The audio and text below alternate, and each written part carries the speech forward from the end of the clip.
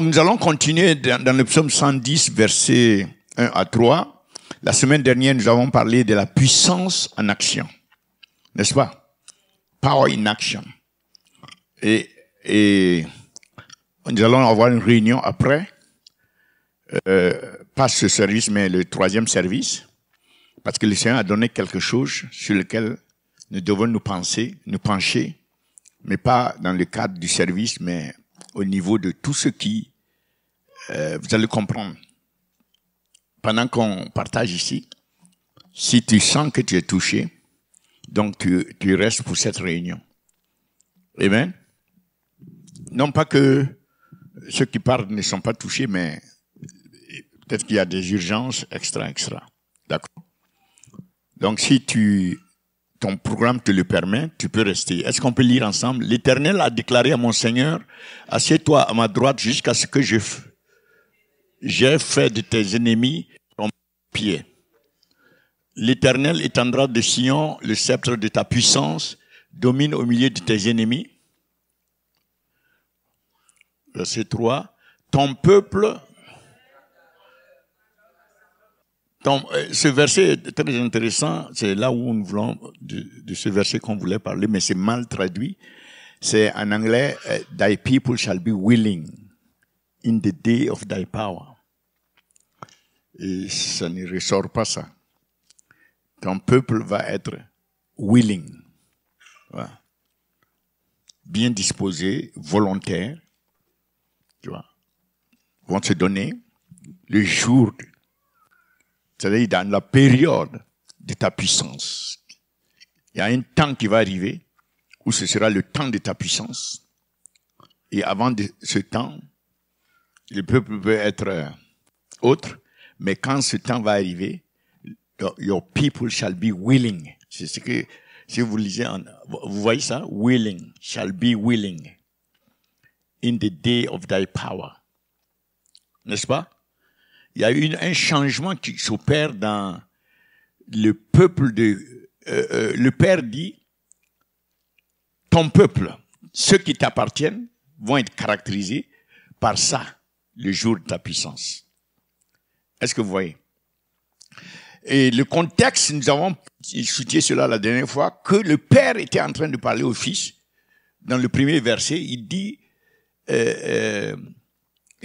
l'Éternel dit à mon Seigneur, n'est-ce pas? C'est ça? L'Éternel, the Lord said unto my Lord. L'Éternel dit à mon Seigneur, assieds-toi à jusqu'à ce que je fasse de tes ennemis mes marchepieds. Et nous avons dit que c'était impossible pour un être humain d'entendre et de rentrer dans l'interaction entre le Père et le Fils. L'Éternel, ici, le Lord, ça, c'est le Père, ça, c'est le Fils, et ils sont en conversation de la plus haute dimension secrète qui puisse être. Et comment se fait-il que David, qui a reçu ce psaume-là, comment David a pu entendre le Père parler si ce n'est pas par le Saint-Esprit? Donc le Saint-Esprit a pris ce que le Père et le Fils étaient en train de se dire concernant le Fils. Et ça veut dire que cette chose qui a été révélée de haut niveau de conseil entre le Père et le Fils, qui a été révélée par le Saint-Esprit, c'est quelque chose sur lequel le peuple de Dieu doit mettre l'accent. Et ce n'est pas un hasard que c'est le verset le plus répété dans le Nouveau Testament. Ça, c'est un verset de l'Ancien Testament. Mais le Nouveau Testament, il n'y a pas un verset de l'Ancien Testament qui soit répété autant de fois que celui-là dans le Nouveau Testament. Environ 12 fois. Tu ne trouves pas de verset répété peut-être même 4 fois. Mais celui-là est répété plus de 10 fois. Ça veut dire que le focus du Nouveau Testament, s'il s'agit de retenir quelque chose de l'Ancien Testament, ça doit être ça, ce point, où le Père confie à son Fils, dans le haut conseil, où la révélation, d'où la révélation ne peut venir que par l'Esprit. C'est-à-dire, la Trinité est impliquée. Le Père, le Fils et le Saint-Esprit. Dans ça là. N'est-ce pas? Et il s'agit de quoi ici? Il s'agit que le Fils, quand il est venu, il a vaincu ses ennemis. La Bible dit qu'il les a dépouillés de leur autorité. La Bible dit qu'il a fait d'eux un spectacle public. Il les a humiliés. N'est-ce pas? Il a détruit leur puissance. Il a détruit leur force. Il a détruit leurs œuvres. Alléluia. Tout cela pour nous. Et afin que la prophétie s'accomplisse, il est monté, il est ressuscité, monté en gloire. Et il s'est assis à la droite de Dieu le Père. Effectivement, comme la prophétie le dit. Et maintenant, la phase suivante, c'est que ceux que lui l'a humilié, dépouillé, vaincu, dont il a détruit les œuvres, extra, doivent être placés sous ses pieds pour devenir son marchepied. Est-ce que vous voyez? Thy footstool. Voilà ce que le conseil du Père avec le Fils. Voilà ce sur quoi ils se sont accordés. Et jusque-là, tout s'est déroulé dans ce sens. L'Esprit est venu, lui-même il est venu dans la chair, il a accompli tout ce qui était nécessaire pour avoir son peuple. C'est-à-dire, pour avoir son peuple, il a accompli tout ce qui est nécessaire. Et le road, le verset précédent, le verset 2, thy road, ça c'est ton autorité, n'est-ce pas? The road of Aaron. The road of thy strength out of Zion. The Lord shall send the road of thy strength out of Zion. Donc, l'autorité de Christ va s'exprimer à travers Zion.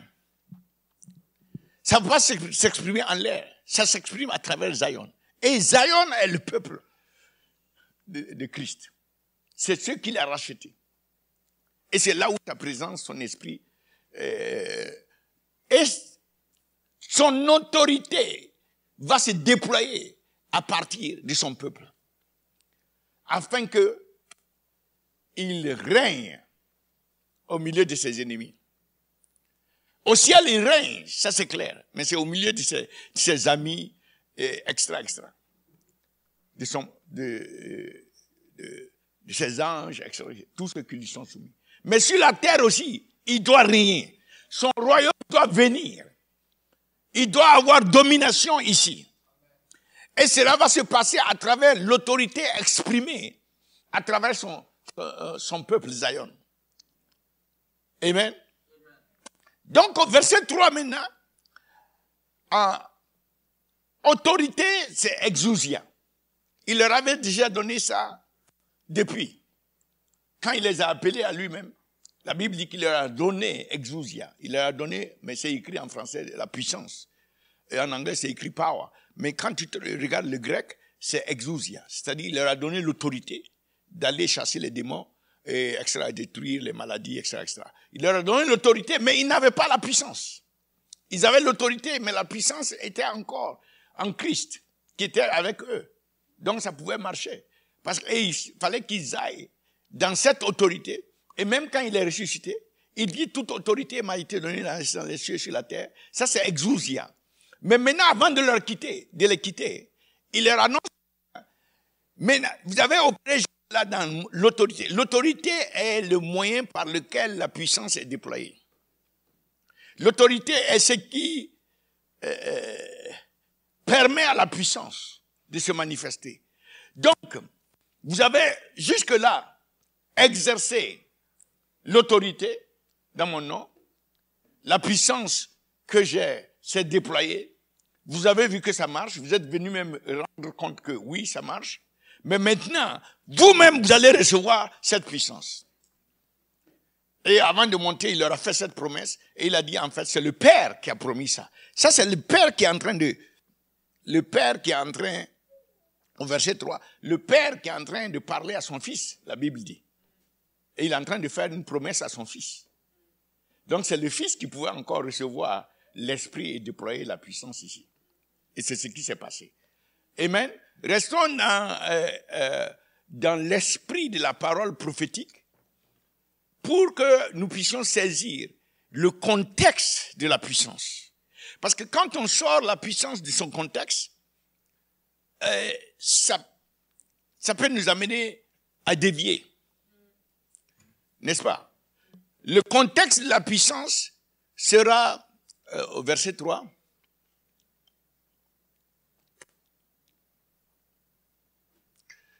Bon, mais en anglais, please. Parce que, bon, ça c'est déjà pas mal, mais... Donc, on va faire un pas en avant et puis deux en arrière. Non, on ne fait pas les tangos français. Donc, maintenant,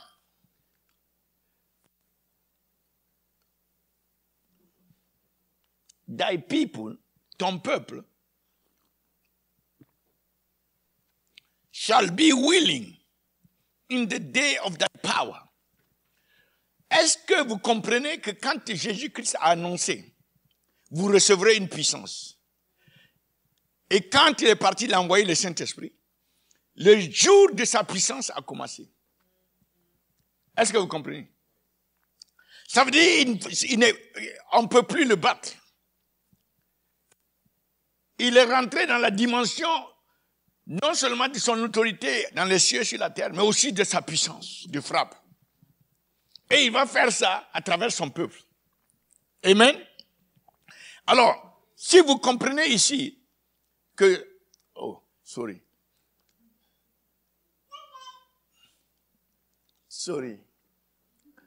Le jour de sa puissance...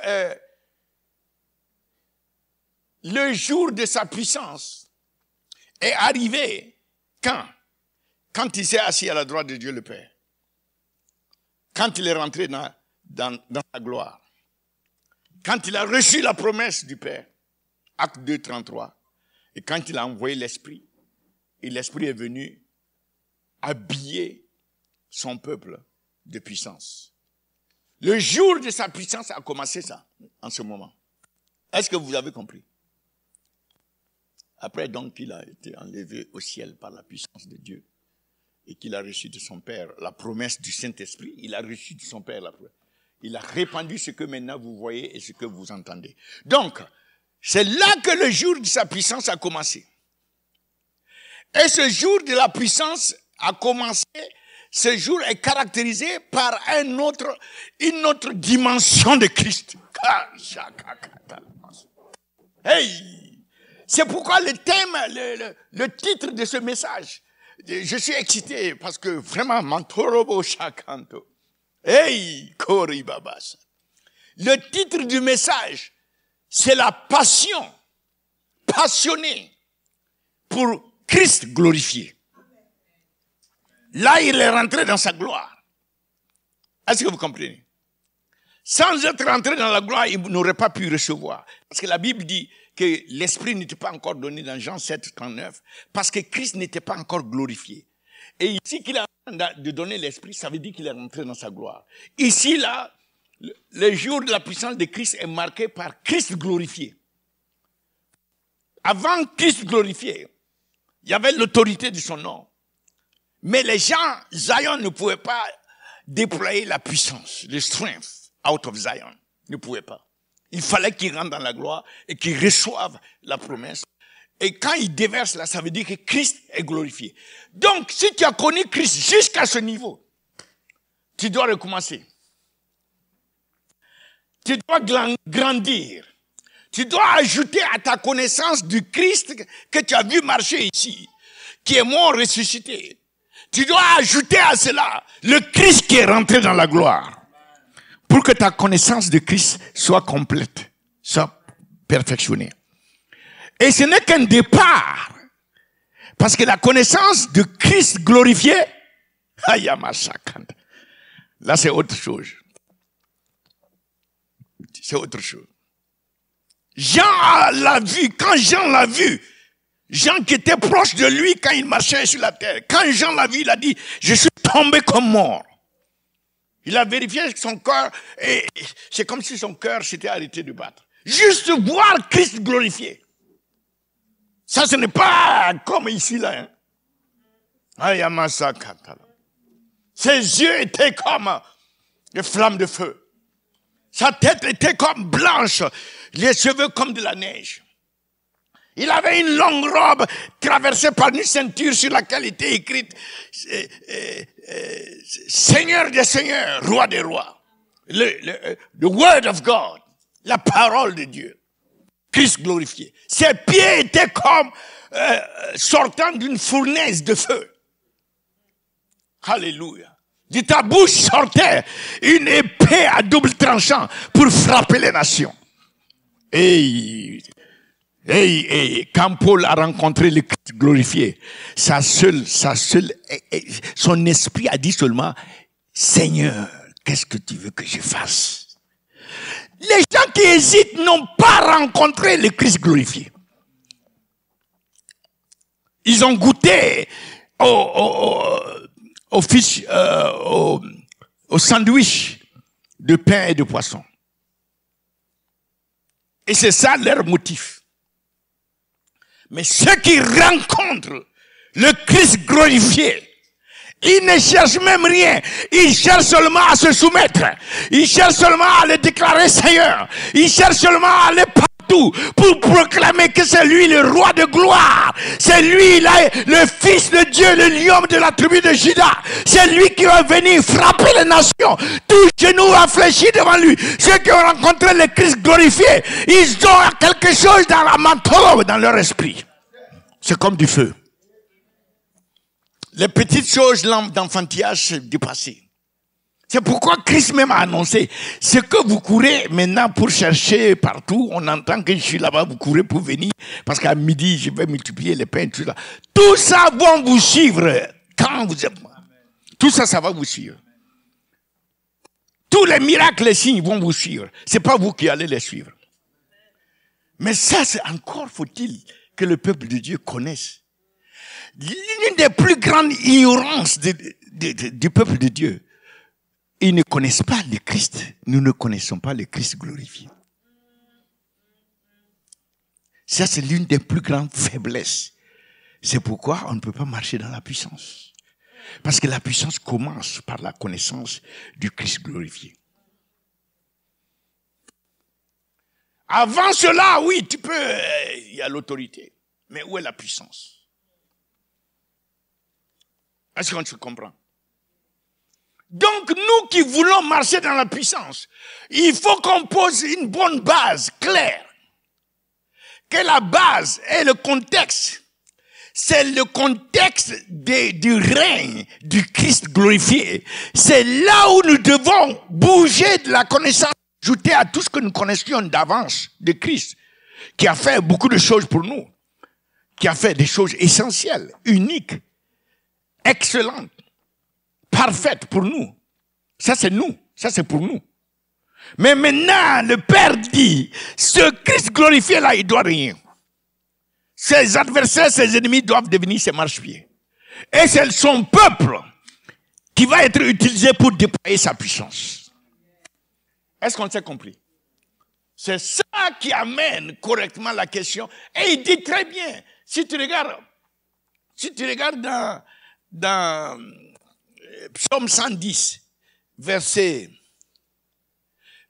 3, il dit très bien, le verset 3, il dit, voilà, thy power. Ça veut dire le peuple de Dieu doit comprendre que la puissance là, c'est la puissance de Christ glorifié.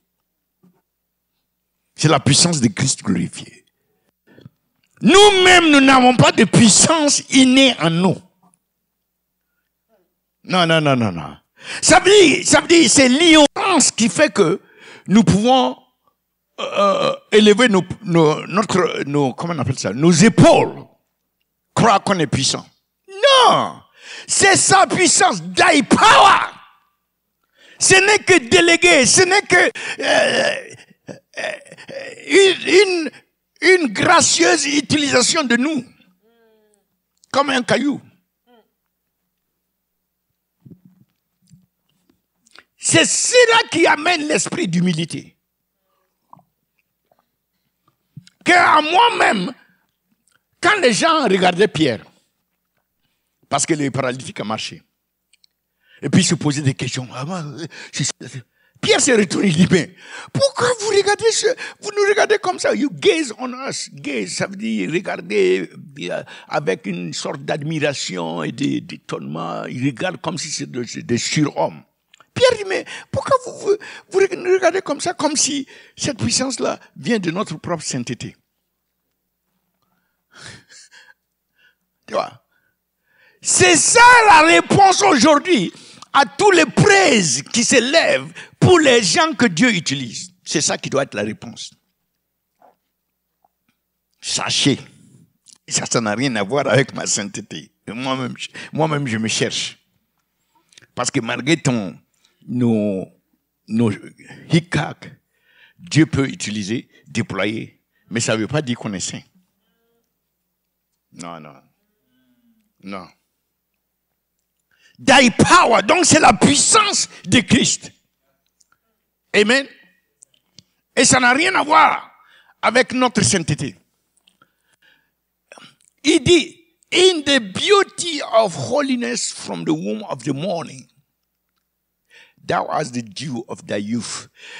Je ne vais pas aller là, parce que là, c'est un message pour nous les jeunes. Oui. Parce que la jeunesse n'est pas en termes d'âge physique. La jeunesse, c'est en termes d'esprit. Alléluia. Quel que soit ton âge physique, tu ne peux pas dépasser 33 ans et demi. Donc moi je suis autour de 33 ans, un quart. Je ne suis même pas. Alléluia. Qui croit que c'est lui seul qui est jeune? On est ensemble là.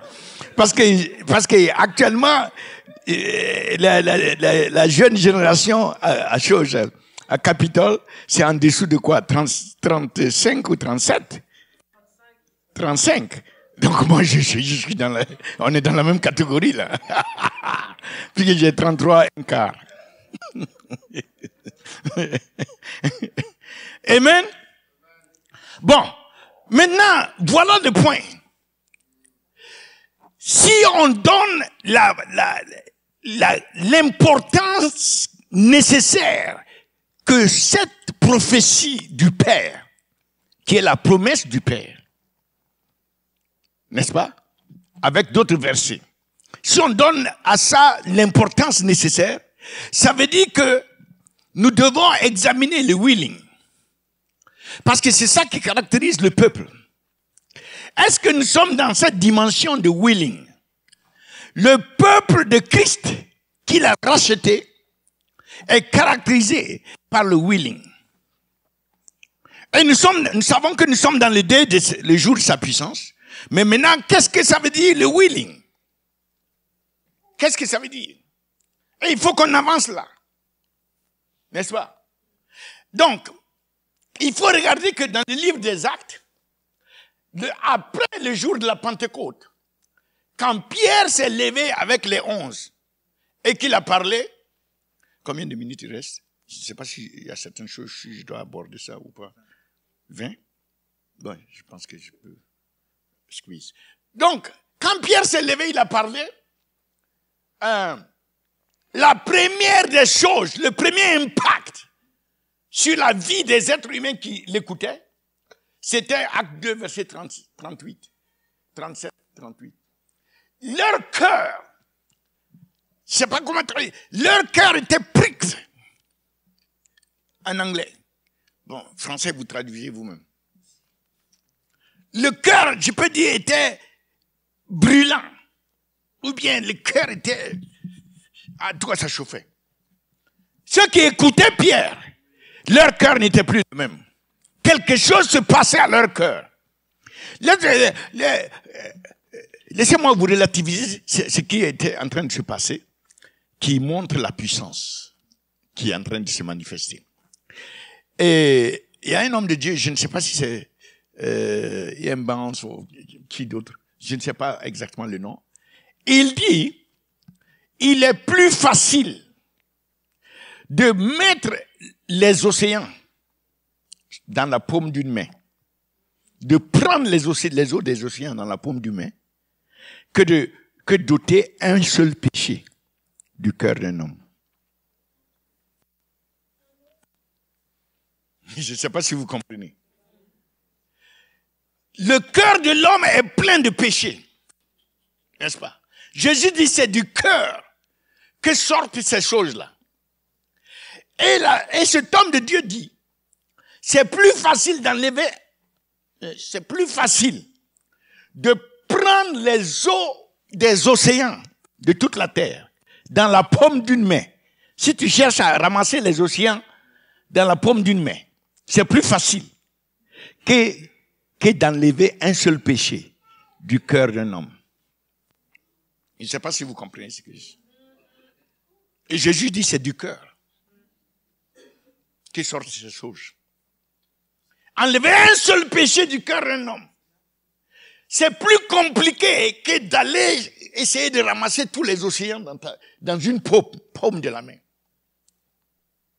Mais la parole qui sortait de la bouche de Pierre maintenant, la parole qui sortait de la bouche de Pierre dit que ils eurent le cœur pricked in their heart.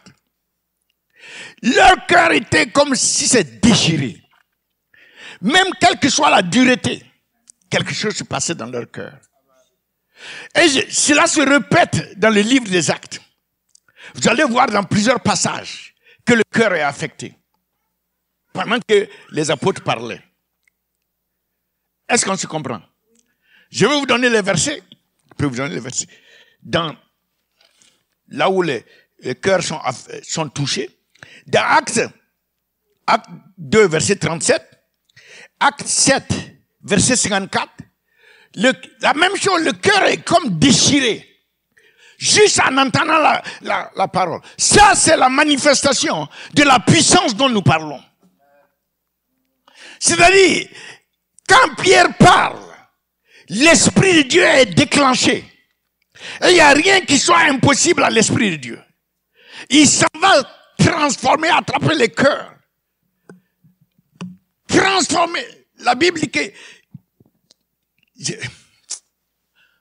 Donc j'ai dit que je vais aller un peu vite. Donc le premier point, l'expression de la puissance dont nous parlons, c'est une puissance qui est capable d'aller transformer les cœurs, d'aller briser les cœurs de rocher, d'aller fendiller, d'aller déchirer, transformer le cœur, c'est-à-dire la racine la plus dure. Jésus dit c'est la dureté de leur cœur. C'est à cause de la dureté de leur cœur que Moïse a dit, vous pouvez divorcer en donnant une lettre. Est-ce que vous voyez? Tu épouses ta femme et parce qu'il y a eu ça ou ça, tu la répudies. Alors que tu sais que Dieu a dit, ce que Dieu a uni que nul ne sépare. Et toi, à cause de comment on appelle ça? Ta fanfaronnade. Tu répudies ta femme parce que tu as été touché par quelque chose. Quel que soit X, n'abandonne pas ta femme. Tu sais, mon père avant d'être converti, il avait 4 femmes. Et une des femmes est partie à côté. Entre griffes, ça c'est mon père, donc je ne peux pas parler plus loin que ça. Mais en tant que musulman, il a récupéré la femme à la maison. Et la femme a vécu jusqu'à sa mort à la maison comme si de rien n'était. Pardonner tout. Un musulman qui peut faire ça. Mais les chrétiens vont se lever. Moi, toi-même, est-ce que tu es plus que Christ? Ce que nous faisons à Christ en adultère, est-ce que c'est pas plus? Devant ses yeux. Oui, devant ses yeux, on fait l'adultère. On fait toutes sortes. Mais est-ce que Christ nous a répudiés? Christ dit, pardonne-leur parce qu'ils ne savent pas ce qu'ils font. Mais la dureté du cœur. Il dit c'est à cause de la dureté de vos cœurs que Moïse a commandé d'écrire telle chose. Si tu n'arrives pas au point où tu vas dire, quel que soit X, Satan, on monte, on descend. Cette femme-là est avec moi jusqu'au retour de Christ. Ça veut dire que tu es vaincu sur tous les plans d'avance. Fais tout ce que tu veux. Est-ce que vous voyez? Et tu demandes la grâce de Dieu. Mais si tu es assis avec un petit cœur, non, moi, si ma femme tombe dans l'adultère, je ne peux pas supporter ça. Ah, donc tu es plus que Christ, puisque toi tu fais l'adultère tous les jours. Est-ce que vous comprenez? C'est pas qu'on souhaite ça. Mais le diable doit comprendre que nous sommes inséparables de nos femmes. Surtout l'orgueil de l'homme. En attendant ces paroles, ils avaient le cœur plein de rage et ils grinçaient des dents contre lui. Ça a touché leur cœur et ils réagissaient. Non, on ne peut pas accepter ça. Bon, deuxième chose, il faut que j'aille vite. Deuxième chose, la Bible dit dans Acte 2, verset 41, qu'il y avait les âmes étaient transformées. Les âmes venaient à Christ. Ça, c'est la manifestation de la puissance dont nous parlons. Non seulement les cœurs sont transformés, mais les âmes sont attirées à Christ. Tu vois une puissance, une soi-disant puissance, qui n'est que pour autre chose. Mais les cœurs ne sont pas transformés, les âmes ne sont pas attirées à Christ. Mais tu peux te poser des questions. Cette puissance-là, c'est pas pour le spectacle. La première des choses, quand ils sont sortis de la chambre haute, c'est que Pierre s'est levé, il a parlé. La première des choses que la puissance qui vient de l'esprit va faire, c'est qu'il va toucher les cœurs. Et c'est pas dans l'église. C'est dehors. Mais nous, tout ce que nous connaissons, c'est dans l'église. Something is wrong. Moi, je me demande chaque fois pourquoi les générations actuelles, là, on ne voit pas comme les temps de Smith Willgroff. Pourquoi? Pourquoi on ne voit pas comme les temps de Catherine Kuhlman, William Branham, tout ça là? On voyait, il y avait une peur que le peuple de Dieu inspirait au monde. Le temps de Benson Idahosa. Tu prends une décision, il fait annoncer, le premier qui va toucher au building là, tu es mort. Oui. Va regarder l'histoire. On ne s'amuse pas avec lui. Est-ce que vous comprenez? Tous les bénis, ce sont ses enfants spirituels. Hein? Mais parce que bon, lui les noirs, on préfère accorder là. Bon, on est en train de filmer, mais c'est pas grave. Je dis la vérité. Si ça ne te plaît pas, c'est la même chose. Ouais, mon nom c'est Moussa Touré. Ok. Ceux qui acceptèrent sa parole furent donc baptisés et c'est. Ok. Troisième chose, transformation. Donc, la puissance s'est déployée. La Bible dit dans Acte 2, verset 47. Chaque jour, l'église grandissait. Le Saint-Esprit travaillait. Il arrachait les âmes du monde des puissances des ténèbres par la puissance qui était déployée à cause de la parole de Pierre et les amenait à l'église. L'église grandissait chaque jour. C'était pas à travers des stratégies ou des plans comme aujourd'hui. C'était à travers l'œuvre du Saint-Esprit. Alléluia. C'est à ça que nous devons revenir. Troisièmement. Je vais vous donner 7 points quickly. Et le quatrième, c'est que la Bible dit, dans verset 43, verset 47, les gens avaient la crainte de Dieu.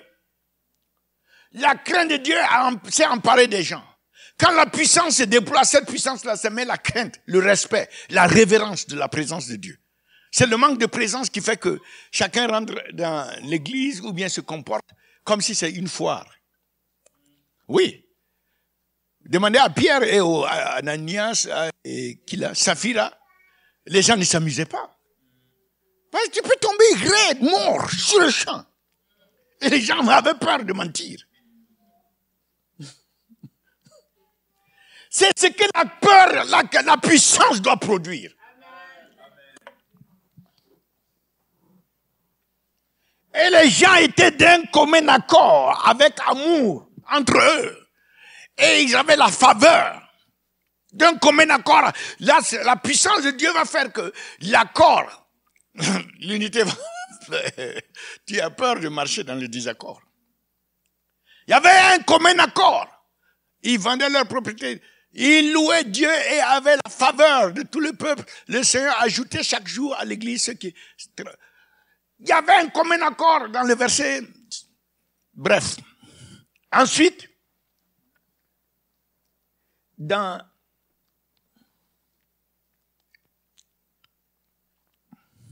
donc l'église grandissait. Et il y avait des signes et des miracles. Au verset 43. Des prodiges, des miracles et des signes. Au verset 43. La puissance faisait que c'était la vie normale. Les signes, les miracles et les prodiges. Ça fait partie de la vie normale du peuple de Dieu. Aujourd'hui, quand il y a un miracle qui arrive, on est étonné plutôt. Aïe! Est-ce que vous comprenez? Alors qu'en ce moment, à cause de la puissance, c'était régulier, c'était normal, c'est la vie normale. C'est anormal qu'il n'y ait pas de manifestation de signes et de miracles. Donc, ceci étant, je vais aller directement aux 2 points qui consistent même à l'essentiel du message. Puisqu'on a posé la puissance, le contexte et tout, et les manifestations, l'expression. Maintenant, comment nous on peut avancer dans ça? C'est ça la question à laquelle nous devons répondre. 2 choses, et ces 2 choses concernent notre esprit. Il faut que notre esprit soit conforme à l'esprit, l'état d'esprit qu'ils avaient. La Bible dit dans Acte 1, verset 8, Acte 1, verset 8, en anglais il dit, ye, n'est-ce pas? Mais vous recevrez. Vous, il parle, Jésus ne parle pas à Pierre. Il n'a pas dit, Pierre, tu recevras. Il ne parlait pas à Jean. Il n'a pas dit, Jean, tu recevras. Il a dit, vous recevrez. Jésus parlait là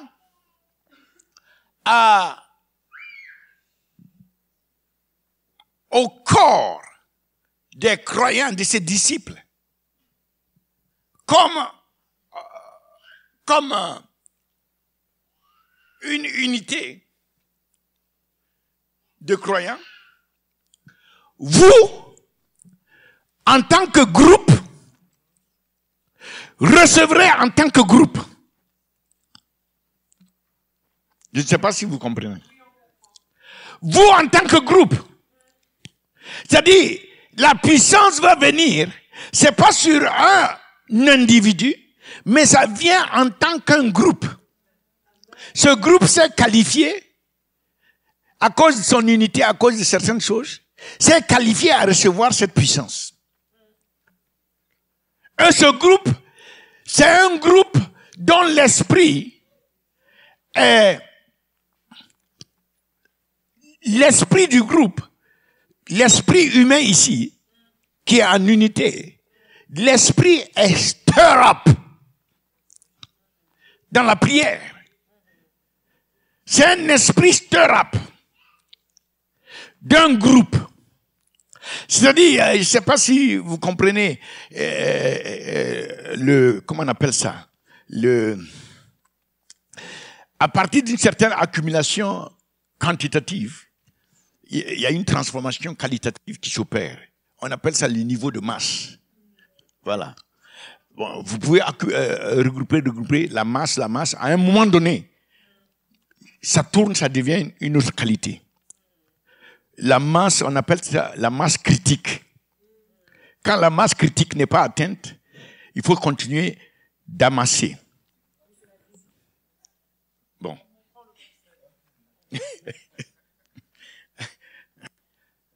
Hein? Donne-moi ta tête. Si tu ne comprends pas, comment tu veux que les autres comprennent? Toi qui es très proche de moi. Tu as vu comment ma fille là hein? Oh. La masse critique, c'est... Ok. Vous avez compris au nom de Jésus. Donc vous là, c'est un vous de masse critique qui a été atteinte, qui va être qualifié de recevoir la puissance. Et c'est cette masse critique de l'esprit humain, stir up, stimulé, ravivé dans la prière. Et cette prière, c'est une prière commune. C'est pourquoi la prière commune est très importante. Est-ce qu'on se comprend?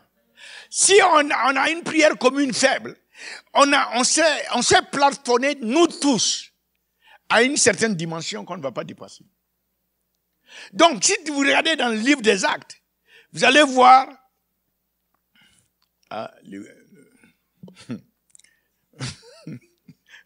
vous avez vu, mais moi, je suis en train de voir. Je n'ai pas vu complètement encore. Donc, la Bible dit qu'ils sont partis retrouver leur compagnie. Cette compagnie-là, c'est une compagnie des salles. Et donc, ils ont adopté les niveaux, une habitude. C'est ça qui est devenu par la suite dans le livre de Actes chapitre 6, que eux, ils vont s'adonner à ça. Ils vont pas... est-ce qu'on se comprend?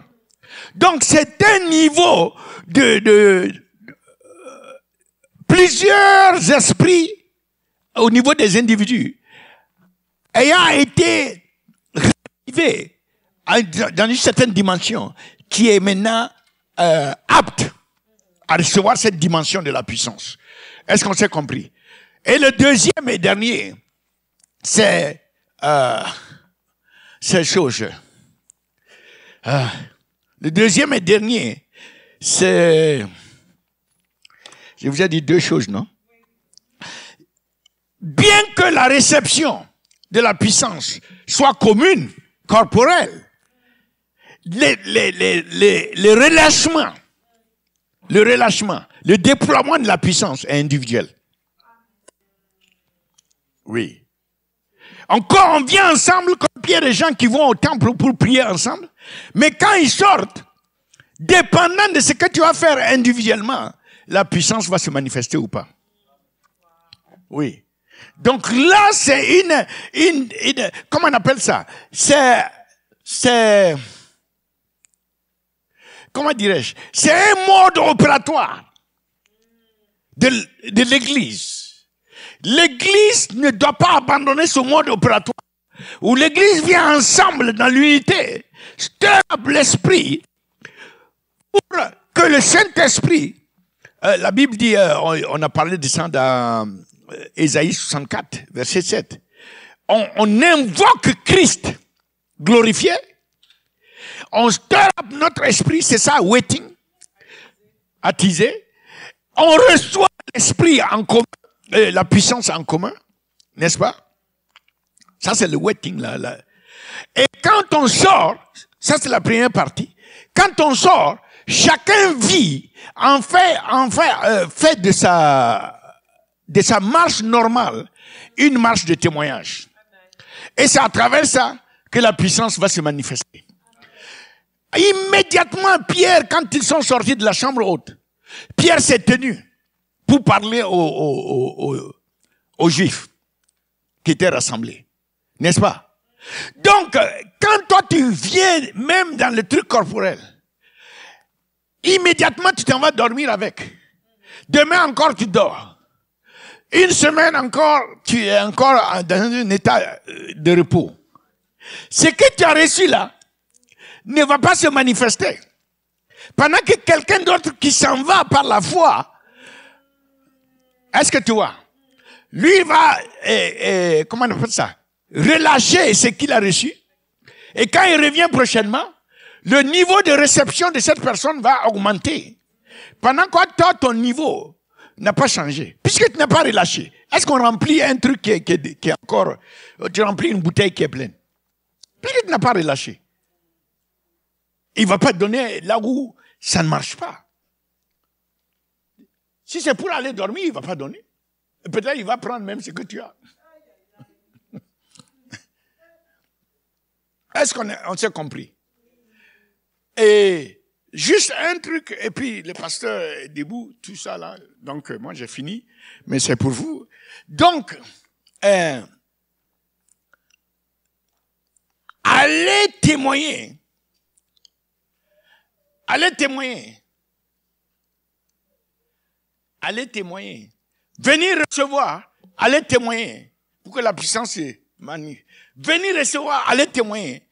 Ça, c'est un mode opératoire, n'est-ce pas? Qui est dans le livre des Actes que le Saint-Esprit utilise. Le Saint-Esprit veut que l'Église soit dans ça. Pour que lui puisse travailler. Pour que lui puisse changer le cœur. Pour que lui puisse faire grandir l'Église.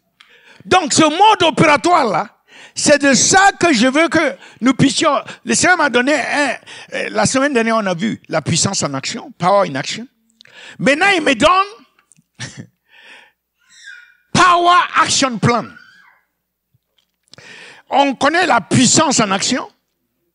Maintenant le plan d'action de la puissance. Le plan d'action de la puissance. Est-ce que vous avez été bénis ce matin? Est-ce que vous applaudissez le Seigneur pour ce lieu? Votre applaudissement est vraiment bon. Et il n'y a même pas de cri. Alléluia. On ne sait même pas si vous êtes content.